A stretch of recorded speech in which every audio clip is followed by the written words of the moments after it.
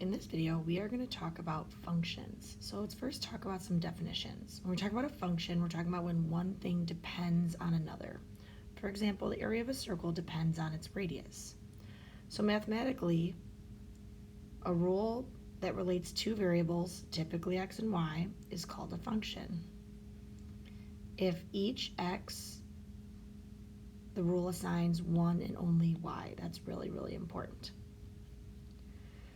So typically we'll say y is a function of x. We talked about that a little bit yesterday. So the value of x is always our domain. The value of y is always our range. We always relate the range to the domain. So remember, a function assigns each element in the domain to exactly one element of the range. This can be really important for today. So first we're going to look at a few functions graphically, then numerically, then algebraically to determine if they are a function.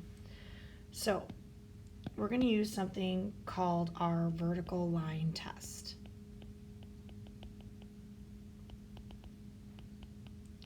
And basically, if I draw a vertical line and it hits a function in two spots, that means this is not a function. But if I draw a vertical line and it always only hits the function in one spot, then yes, this is a function. So the vertical line test is a good, easy way in order to visually see what is a function and what is not a function. Now, when we're given a table of values, we have to think about this last point that we underlined up here, where it says a function assigns exactly one element from the domain to one element of the range. So we're going to use that when it comes to this table. So now, as long as each x value has one y value, which in this case it does, then yes, this is a function. In this case, I have the same x value is assigned to two different y values. So since there is the same x that has two different y's, this is not a function. For our next section, we are going to look at it algebraically. So first, we need to solve this first one for y. So to solve for y, I am going to add the x squared over, and I'm going to get y equals x squared. So y equals x squared is a quadratic function.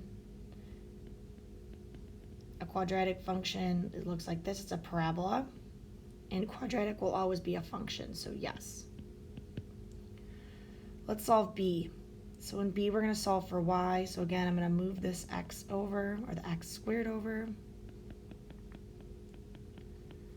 Then to get the y alone, I have to square root both sides. Remember, when we square root, it's going to give us a plus or minus. Because of this plus or minus, I'm going to end up with two x's that have different y's, so this is not going to be a function. Because actually, if you remember from conics, or if we type this in our calculator, this would actually be a circle, and a circle is a relationship but does not pass our vertical line test. All right, C is a little bit tricky because it's absolute value, but the absolute value is around the y. So what that means is if I have the absolute value of y equals 3x, let's say I plug in 1 for y. Well, that means x would be 1/3. Let's say I plug in -1 for y.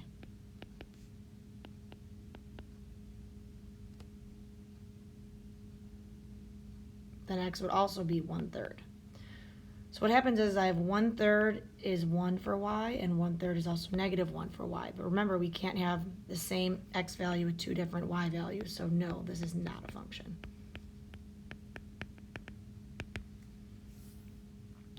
All right, next we're going to talk about function notation.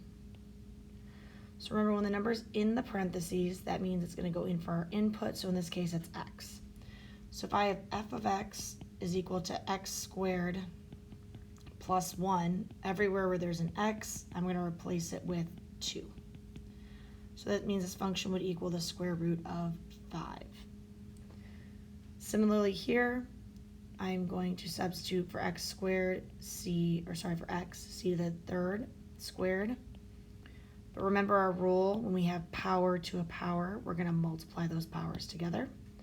So I'm going to end up with c to the 6th plus 1, or the square root of c to the 6th plus 1.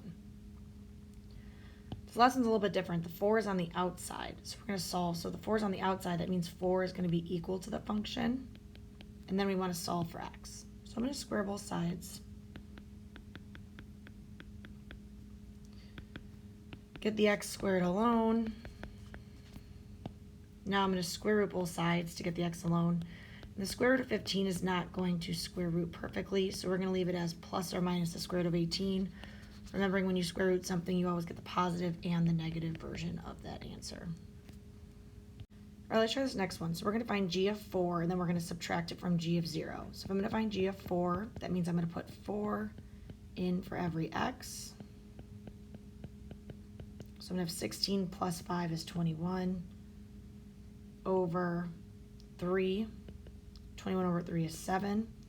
I'm going to do the same thing for g of 0. 0 squared plus 5, 0 minus 1. So I'm going to end up with 5 over negative 1, which would be negative 5. So I'm going to do 7 minus a negative 5. It's going to give me 12. Now this one, I need to find g of negative 1, and then this 3 in front means I multiply my final answer by 3. So g of negative 1 would equal negative 1 squared plus 5 over negative 1 minus 1. So I'm going to have 1 plus 5 is 6 over negative 2, which will give me negative 3. So I'm going to end up doing 3 times negative 3. So my final answer would be negative 9. Now we're going to find g of 2, and then I'm going to subtract 6. So g of 2, 2 squared plus 5 over 2 minus 1. 4 plus 5 is 9 over 1. So I'm going to have 9 minus 6, which my final answer would be 3. This last one's a little bit trickier because now we have an expression that we're plugging in. So I'm going to have g of x plus 3 equals x plus 3 quantity squared plus 5 over x plus 3 minus 1. Now the bottom is easy because x plus 3 minus 1 will just be x plus 2. But remember, when we're squaring this, we're really doing x plus 3 times x plus 3, or you can use your special rule. So we'll get x squared plus 6x plus 9 plus 5. Don't forget about the 5. So I'll end up with x squared plus 6x plus 14 all over x plus 2, and this cannot simplify anymore, so that would be my final answer. All right, let's look at letter C. Now we are going to substitute x plus h everywhere where I see an x. So if f of x plus h is going to equal, instead of x squared, it's going to be x plus h squared plus x plus h minus 2. Now x plus h squared is going to be x squared plus 2xh plus h squared. So I'll put that into my equation. Plus xh minus 2. Now I'm going to combine any like terms, which I really don't have any actually. So my final answer will just be x squared plus 2xh plus h squared plus xh minus 2. All right, this next section is looking at evaluating piecewise. So when we're evaluating piecewise, we need to look at the number that's in the parentheses and figure out which part of the piecewise it involves. So negative 2, well, negative 2 would fall into this first inequality because negative 2 would be less than 1. So I'm going to substitute negative 2 in for x, and I would get f of negative 2 is 11. And the second one, 1, well, 1 would fall into the second parenthesis because 1 is greater than or equal to 1. So negative 2 times 1 cubed would be negative 2 times 1, which would be negative 2. 2 would also fall into the second inequality because 2 would be greater than or equal to 1. So I'm going to do negative 2 times 2 cubed. 2 cubed is 8, so negative 2 times 8 is negative 16. All right, next we're going to look at domain, graphically, algebraically, and verbally. So for the first graph, again, remember domain is our x values. So for this first section, it's going from negative infinity and stopping at the x value of negative 5. So this first section will have a domain of negative infinity to 5, and it includes 5. Union, the second section, has a domain of negative 2 to 3. Negative 2 is included, 3 is not included because it's an open circle. Then it starts up again at 3, but it's also not included. So it's still an open circle. And then it stops at 7, which is also not included. If we were looking at B, this one's a little bit easier because it's all continuous. My domain starts at negative 2. It connects all the way and ends at 3.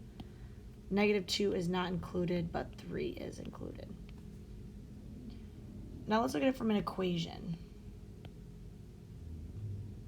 So B is a linear equation. A line goes on forever, therefore my domain would be negative infinity to infinity. Now as we get into more complex equations, we need to figure out what our domain would be. So when determining the domain for C, we know that the square root has to be greater than or equal to 0 because underneath the square root, we don't want to have a negative number because that would be imaginary. So then if I solve for x,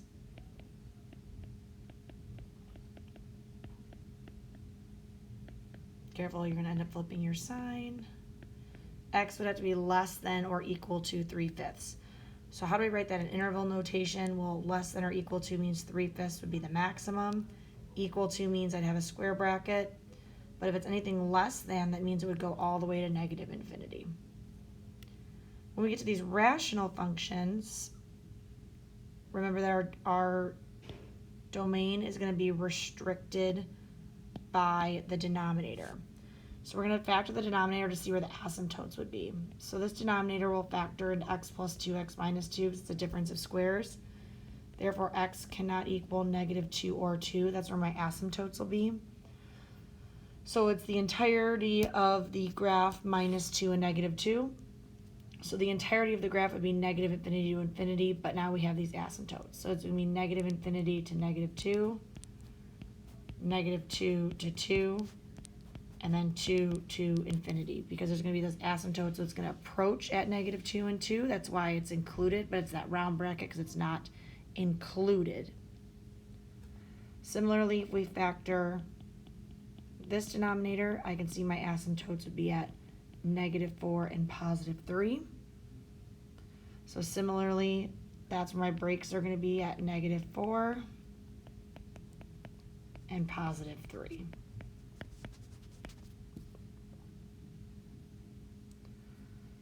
This one has an asymptote at 7, but because of this numerator, again, x would have to be greater than or equal to 0, because it's just x underneath that. So we're going to start at 0, and it's going to go to 7, and then it's going to start again at 7 and go to infinity, because again, it's going to approach that asymptote but never touch that asymptote. So again, we have a square root, so my square root has to be greater than 0. In this case, greater than 0, not equal to 0, because our denominator cannot equal 0. Because that means our fraction will be undefined. So in this case, it's just going to be greater than 0. So that means x would have to be greater than 5. So x would have to be greater than 5, meaning 5 is the minimum, and it's going to go to infinity. And it's not included because it's not equal to in this case. The last question is finding domain and range in context. So it says a movie theater seats 200 people. That's going to be important. For any particular show, the amount of money the theater makes is a function of the number of people in attendance. If a ticket costs $4, find the domain and range of the function. So the amount of money the theater makes is going to be our range, because it's a function of the number of people. Now, we're not going to have negative people, so the smallest number of people that would fit in the theater is 0. The maximum number of people is 200. Now, the range is going to be dependent on the domain. So if 0 people attend, they're going to make $0. Since it's $4 per ticket, if 200 people attend, it'd be $800 they would make. So our range is always going to be dependent on our domain.